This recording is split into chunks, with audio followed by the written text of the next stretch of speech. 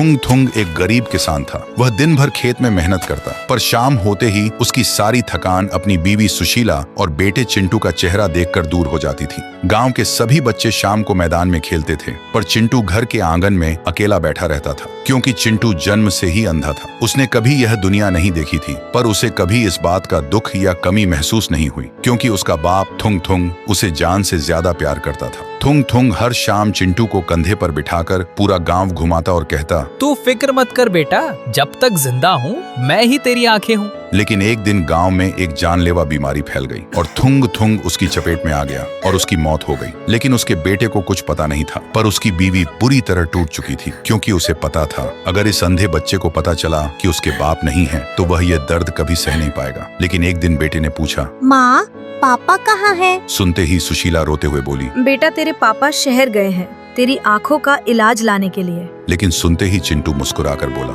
माँ, आप झूठ क्यों बोल रही हो? पापा तो अभी भी मेरे पास बैठे हैं, उन्होंने मेरा हाथ पकड़ा हुआ है। सुनते ही सुशीला की रूह कांप गई, पर उसे कुछ समझ नहीं आया। और उस दिन के बाद गांव वाले जब भी वहां से गुजरते तो देखते कि अंधा चिंटू अपने आप कुछ बड़बड़ा रहा है और हवा में हाथ ऊपर उठा रहा है, जैसे कोई उसे कंधे पर बिठाना चाहता हो। देखते ही सब सोचते शायद बाप के लिए बच्चा पागल हो गया है। देखते ही देखते महीने बीत गए। एक दिन सुशीला खेत जोत रही थी और चिंटू घर में अकेला बैठा हुआ था। शाम भी हो चुकी थी। तभी आसमान में बहुत तेज बिजली चमक रही थी। पूरा गांव बिल्कुल खामोश था, क्योंकि बिजली इतनी ज्यादा चमक रही थी कि कोई बाहर नहीं था। लेकिन तभी एक तेज बिजली सीधा थुंग थुंग के घर पर गिरी और पूरे घर में आग लग गई। अंदर बैठे अंधे चिंटू को बिल्कुल पता नहीं था कि क्या हो रहा है। तभी सुशीला खेत से घर पहुंची, लेकिन पहुंचते ही वह चीखती रह गई, मेरा बच्चा अंदर है, कोई उसे बचाओ। पर आसपास बचाने वाला कोई नहीं था। सुशीला रोते हुए वहीं जमीन पर गिर गई कि आज उसने अपना बच्चा भी खो दिया। लेकिन तभी